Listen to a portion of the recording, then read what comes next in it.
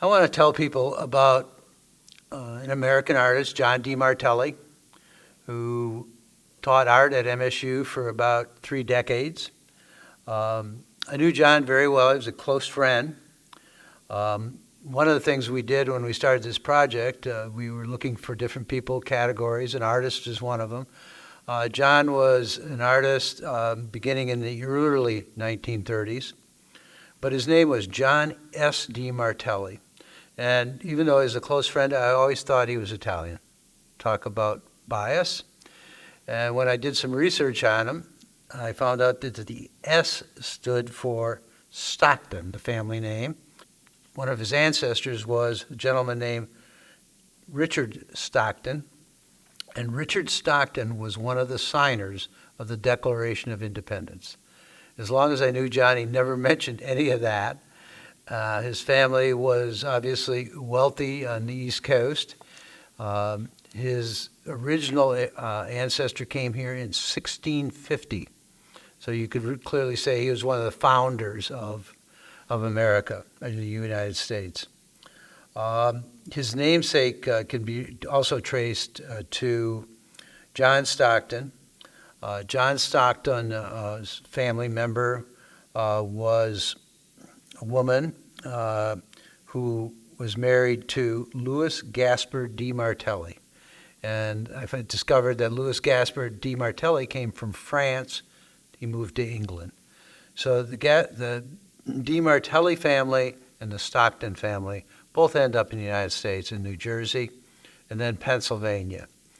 They marry, and John de Martelly was one of the children. The family, for some reason, moved all over the United States: Missouri, Texas, Kansas. John de Martelly ends up at Kansas City Art Museum, or Art Institute. He works alongside Thomas Hart Benton, who's probably one of the most famous, if not the most famous, regional artists in American history. And they become close friends. Thomas Hart Benton was very outspoken, and he got in an argument with the founders of that society, and they fired him. And they asked John de Martelly to take his place, and John told him to take a flying leap. He was not going to take the job for his best friend. So John moved to Michigan State University. He would have been MSc at the time. This would have been in 1943, and he became an artist in residence there. And he taught there for a good 3 decades. But John was mostly noted, he was a lithographer, and he did his art primarily on stone blocks and then printed them. And he was known worldwide for that. Over time, he started, like all artists do, he started using other techniques, and he became an abstract expressionist for a while.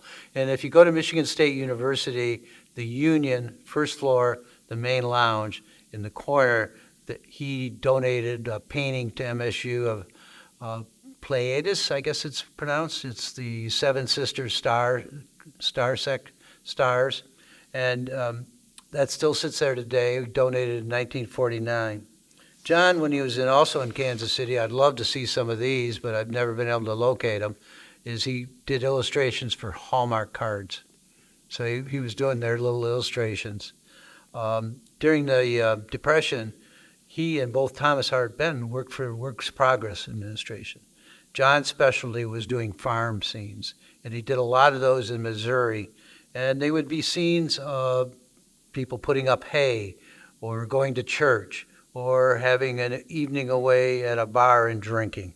And many of those were reprinted. He did probably several hundred of those. And they're all now in collections all over the world. They're at the Metropolitan Museum in New York. They're at the DIA, the Whitney in New York. They're in England, Paris. He's become a very famous artist. One of the things he was most famous for, though, is how he treated his students.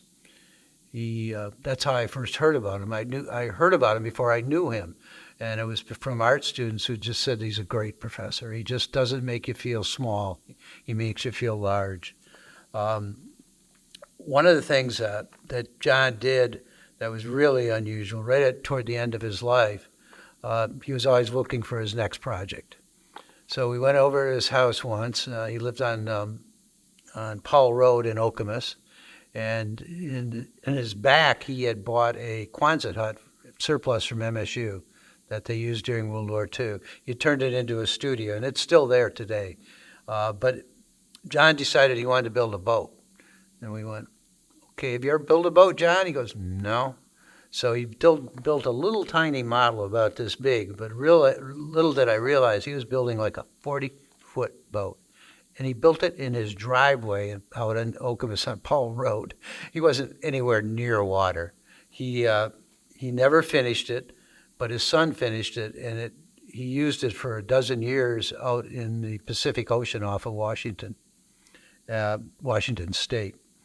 But when John died, I think one of the legacies he left behind was the thousands of students he taught at MSU, who today are working artists or just do art for fun.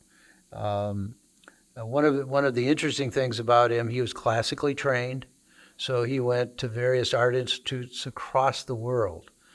So that to me meant, even though he never acted like this, his family must have had some money to be able to spend him to Europe and to France and Paris and all over to be trained. He was a little uppity about his artwork in that he believed before you could do abstract expressionism or abstract art, you had to know how to do the human body. Everything evolved from the human body, and he wrote about that quite a bit. One of the paintings he left also in Lansing is a painting that's at Nokomis Museum Indian Center in Okemos. It's of Chief Okemos. And that was one of his last works also. And we're going to talk about that in another one of our programs. One of the things that John de Martelly did, he was very gracious with his art. So he gave MSU large amounts of his artwork. That's just who he was. One of the pieces of art he gave to John Hanna, who was president of MSU. And it's called Make Hay While the Sun Shines, and it's a farm scene of them putting up hay. Well, Hanna liked this piece of art so much, he put it in his house at Cowell's house, but he also, when he was appointed the head of Housing and Urban Development, he took it to Washington, D.C. and had it installed in his office there. But John tells the story, he may have liked that piece of art, but John also donated a nude to Michigan State University that he thought that John Hanna would want to put up in Cowell's house. John did. He put it in his upstairs bedroom to hide it. So I thought I'd just tell that story.